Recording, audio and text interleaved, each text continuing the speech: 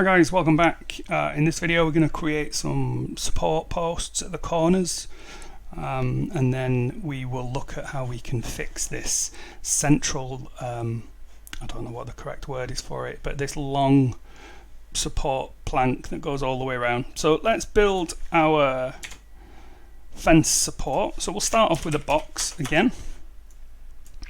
And I'm just going to put the display flag on this box. Okay, I'm going to do the same sort of prep that I did with the existing fence post. I'm going to center it on the origin just by clicking and dragging that down and then dividing it by 2.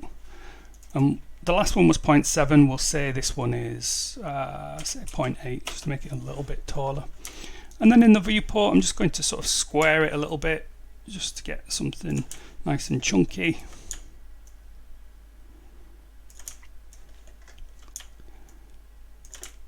So maybe something like that. You could just type in the numbers directly here. So it seems like I've gone with 0.28 by 0.28. So let's just fix that. All right, cool. And then just to sort of keep that tapered feeling going on, we'll just scale down this bottom face here. So again, I want you to pay attention to what tool that you're currently using. We're currently in the box tool. So we need to come out into an editing mode. So we can select the select tool. Make sure we're selecting primitives and select that bottom primitive and then press E to drop down an edit node. You can see the edit node has been added there.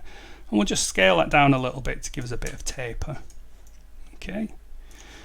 And what we want to do is bevel it in the same way we beveled the fence post. So what we can do is just jump inside the fence post and grab that poly bevel node. We can copy it, press U to jump up a level, and then paste it right onto that there, and then we've got the same amount of bevel on this. Again, we'll put down a normal node just to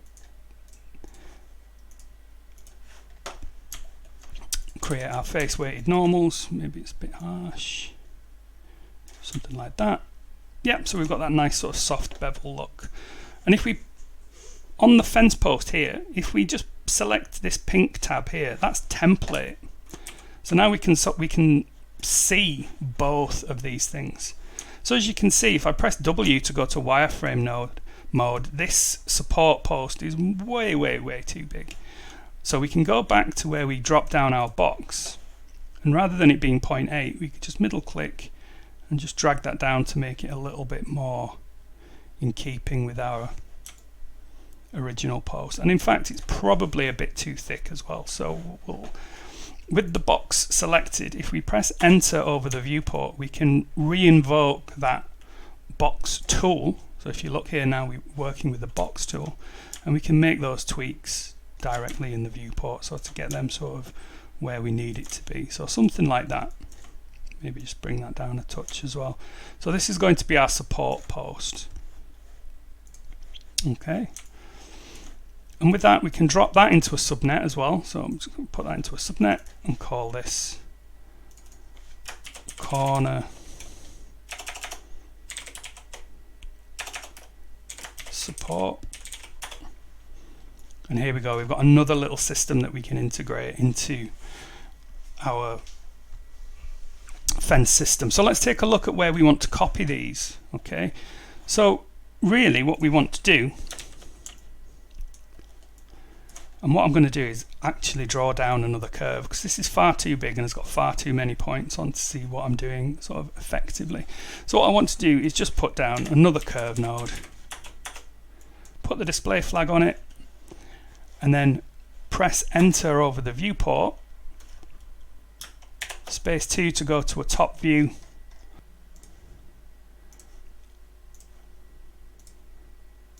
so something like that. And then I'm going to plug that into my,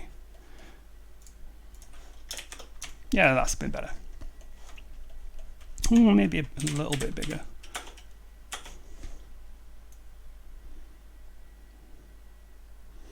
So something like that. So what we want to do is for these corner pieces here, you can see how we've got a fence post going off at a funny angle. Rather than it copying on a fence upright, we want it to copy one of these corner points. Okay, so we need to tell our system that these corner points are special we need to put them into a group and then tell the copy to points node only to copy these onto that group. So let's take a look at how we can do that. So if I put down a group node, and a group node does exactly what you'd imagine. So in Max or Maya, you might press Ctrl G to put some geometry into a group. In Houdini, we've got quite a bit more flexibility than that. We can do it in a programmatic way. We can use snippets of code. We can use other pieces of geometry to define groups. We've got loads and loads of cool ways to do it. So with a group node selected, I'm going to create this group called corner posts. And I'm going to plug in, I'm going to make a little bit more space for myself in the network. I'm going to plug it in after we've done our resampling and our... And if I put the display flag on here, you can see the whole thing goes bright yellow, which means everything is in this group. And it's currently selecting primitives. We don't want primitives, we want points in this case. I'm going to select that over to points. And you can see that it's selected every single point, okay, which is its default behavior. It's just going to put everything into a base group. But what we want to do is use some geometry to say if the point is within a piece of geometry, then it goes into the group, okay. So what we can do, again, is sort of using this copy to points. If we put down some template geometry to use, I'm just going to use a sphere, okay, and then I'm going to copy that. So copy to points again.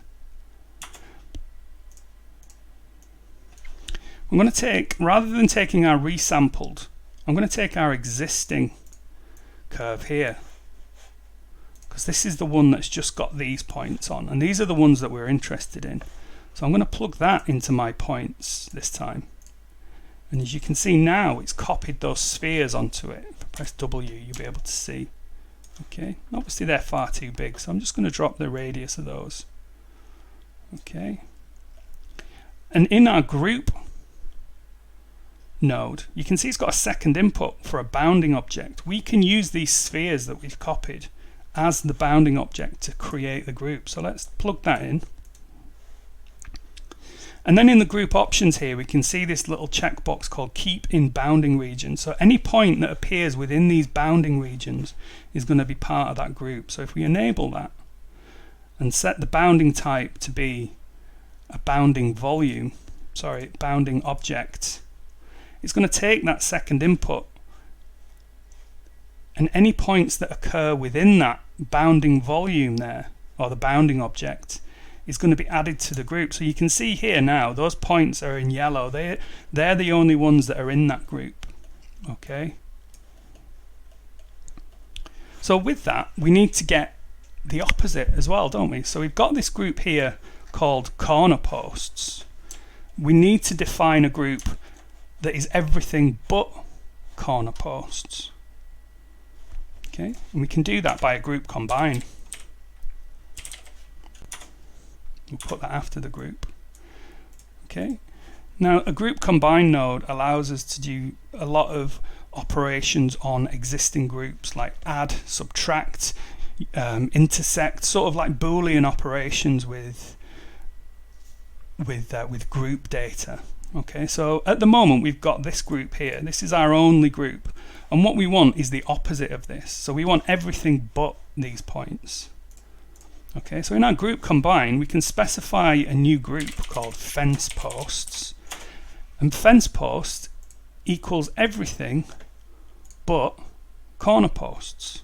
Okay, and there you can see the viewport lights up, and it's selected everything but those corner posts. All right. So now when we go down our network to the copy to points node, we can tell our copy to points only to copy onto these target points. And the target points we're interested in here are the fence posts.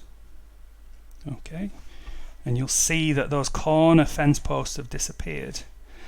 And what we can do now is, with a copy to points node again, we can take the output from our group combine into copy to points, and then this time we'll plug in our corner support geometry, We'll put the display flag on there. And this time in the target points, we're aiming at the other group, so corner posts this time. And there we go, we've got some corner posts there. So with these two systems now, I'm just going to delete that merge because we don't need it just for a second. I'm going to select these two copy to points nodes, hold down Alt, click on that to bring in a merge, and you can see we've brought in our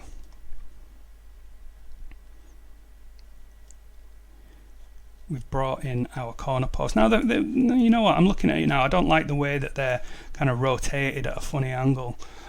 So what we could do is we could refix those normals. Okay, so remember back to the other video where we were talking about the normal direction of these points.